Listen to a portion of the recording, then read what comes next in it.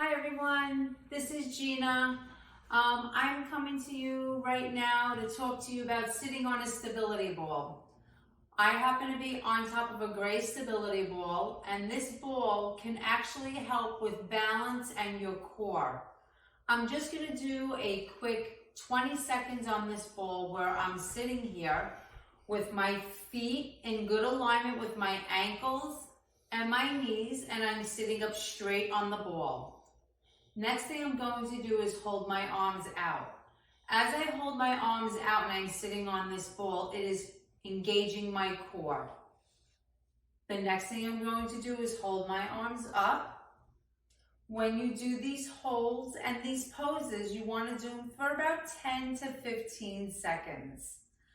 10, 9, 8, 7, 6, 5, 4, 3, 2, 1. Now I'm going to bring my arms down and out and pulling them back ever so slightly where my shoulder blades are coming together. My chest is peeking out slightly and I feel a slight pull in my arms. Remember, a little bit of tension, never pain. And hold for 10, 9, 8, 7, 6, 5, 4, 3, 2, 1. Bring the arms down and shake them out. The next thing I want to do with you is show you some stability, while putting your hands on your hips and rotating on that ball. So your hips are going to go in a rotation motion, circular motion. You only want to go about 3 times, then pause and go back the opposite direction. You'll feel the lower back move. It feels like a slight little massage as you're rotating around.